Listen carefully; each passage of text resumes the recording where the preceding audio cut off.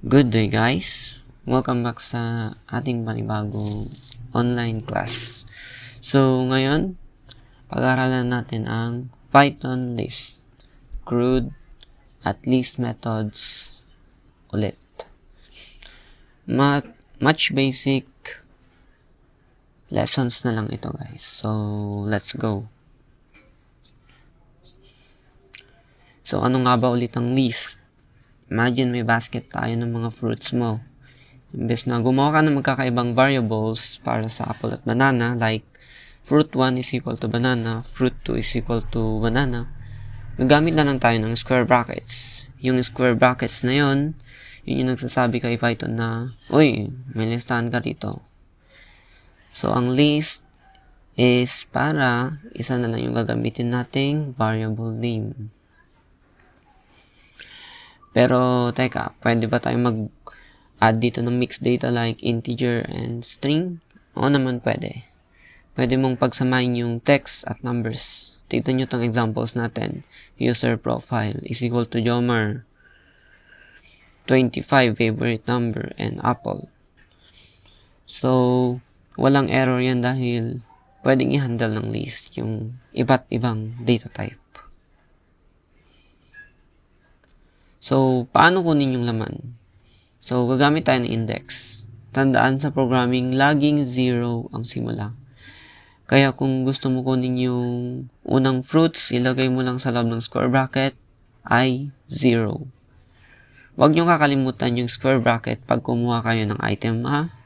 Like, print fruit, square bracket 0. So, yung square bracket nag-indicate kung anong index yung item sa list natin.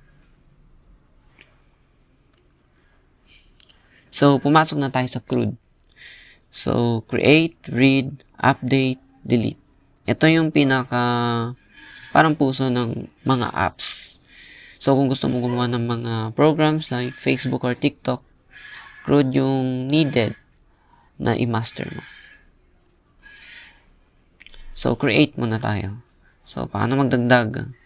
Gagamitin natin yung append, dot append.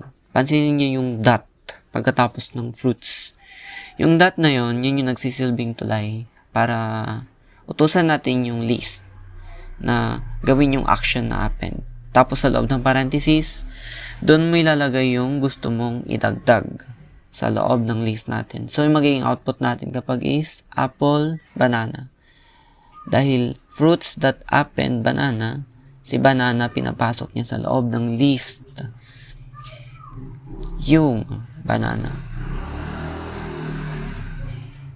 Read. Paano makita yung data? Print lang yung halos ginagamit natin dito. Pwede mo ipasok sa loob ng parenthesis yung buong variable name para makita lahat. O kaya naman samahan mo ng index kagaya nito.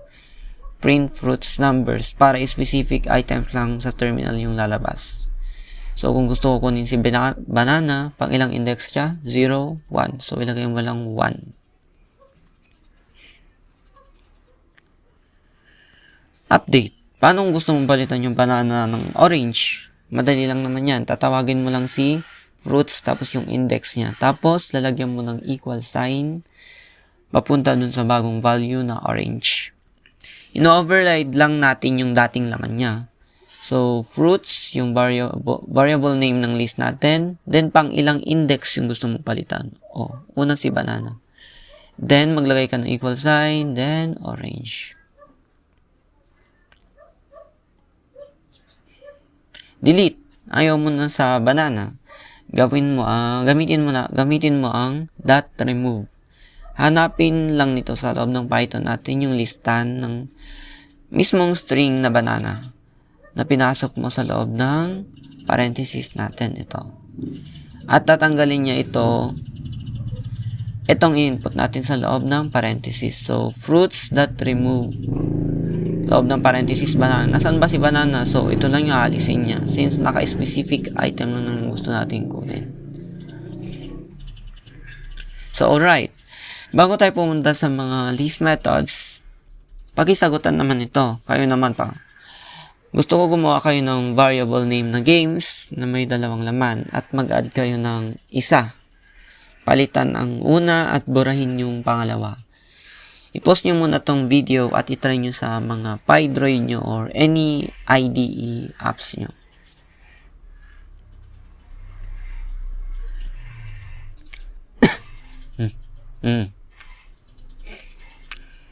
So, nasagutan nyo na ba? Atin lang itong explain sandali. So, una, gumawa tayo ng games list na may Valorant at Roblox. Tapos, gumamit tayo ng .append para idagdag si Minecraft. Para palitan yung Valorant ng Dota 2, lagyan lang natin ng games, pang ilang index si Valorant, 0, equals Dota 2, yung gusto kong ipalit na game.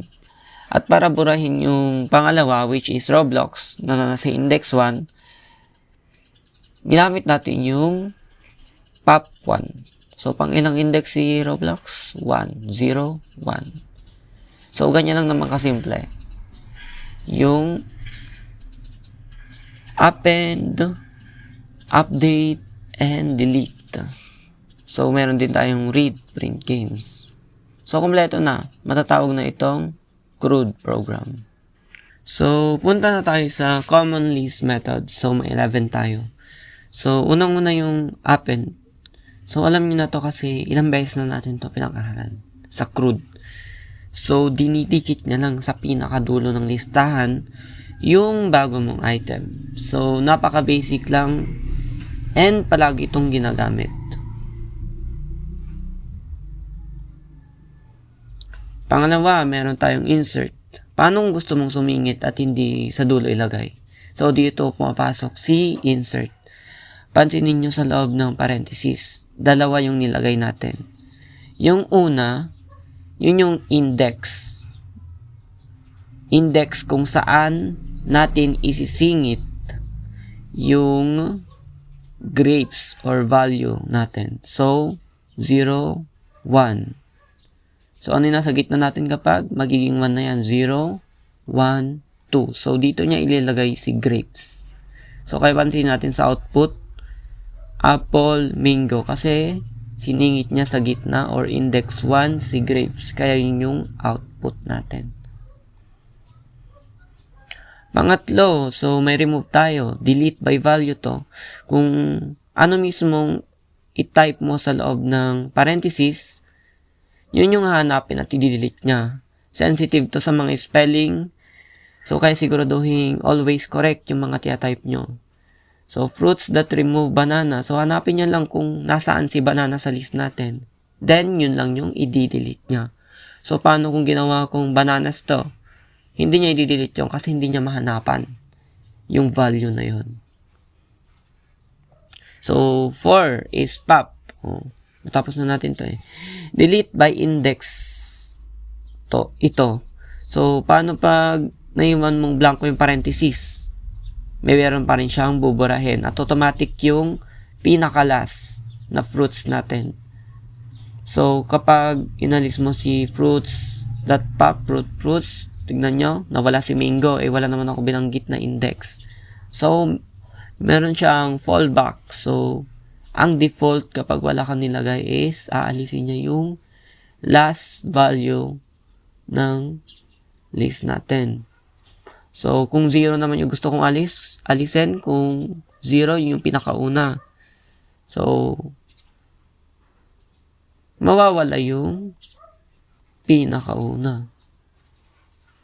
And matitira si banana. Bakit nawala si mango? Kasi nga, dinilit natin to kanina. Panglima, so meron tayong extend. So, paano kung may dalawa kang listahan at gusto mong pagdugtungin? So, imbes na isa-isahin mo, ilagay mo na lang sa loob ng extend, yung pangalawang variable. So, ihahalo niya lang naman ito sa main list natin. So, fruits that extend yung variable name na gusto nating i-merge or i-combine yung value ng list natin. So, si more fruits, ilalagay niya sa loob ng fruits list natin. Then, kapag print na natin, magiging isa na yung list natin. So, pang-anim is sort. So, let's use numbers this time. So, may listahan tayo dito ng magulo na 8, 3, 10, 1, 5. So, kapag tinawag natin yung sort, titignan niya lahat yan at iayos niya automatic from lowest to highest. From 1 to 10 in real quick. So, pwede rin gumamit ng A, B, C, D, E, F, G kung gusto nyo alphabetical. So, pang-pito is reverse. Ganda naman to. Kabaliktaran ng kasalukuyang order nila. Kung sino yung nasa huli, siya yung mauuna. Boom, reverse lang katapat niya. So, ganun lang naman, walang kahirap-hirap. So, pang-walo, meron tayong count. So, kung gusto mong malaman kung ilang beses naulit yung salitang apple sa list mo, so, wag mo na bilangin mano-mano paano kung 1,000 plus yan. Gamitin lang natin si seek.count. Then, bibilangin niya kung ilang apple meron sa ating list. So, may 3 tayong apple. So, ganun lang. I-print mo lang yan. Print. Tapos, fruits.count apple. Or pwede rin mag-assign ka ng variable name kay fruits.count para i-print mo na lang. Pero ito yung pinaka-shortcut. Pang-siyam, index. Paano kung ang haba ng list mo at hindi mo alam kung pang ilan dun si banana? So, hanapin ng Python natin yung position number niya para sa'yo gamit yung .index. At ibabato niya sa'yo yung number. So, pang ilan si banana? So, print fruits.index mo lang. Then, sasabihin niya kung pang ilan si banana. So, pang 10, meron tayong copy. Kung gusto mong i-duplicate yung list para may backup ka bago siya i-edit, gumamit ka ng .copy. So, ilalagay nito lahat ng data sa bagong variable natin, which is new fruits. So, safe na safe ang original data natin kung gusto mong huwag galawin, and much better na gamitin yung another copy. So, pang 11, so, meron tayong clear. So, kung gusto mo barahin lahat ng laman list kasi medyo magulo na, tatawagin mo lang si .clear at wala kang ilalagay sa parenthesis na kahit ano. Literal na lilinisin niya yung laman ng list natin kahit ilan pa yan. So, ayun guys. So, natapos din natin yung list, CRUD, list methods, at nakapag-mini challenge din tayo. So, practice lang tayo para masanay mag-code. Then, thank you so much for watching.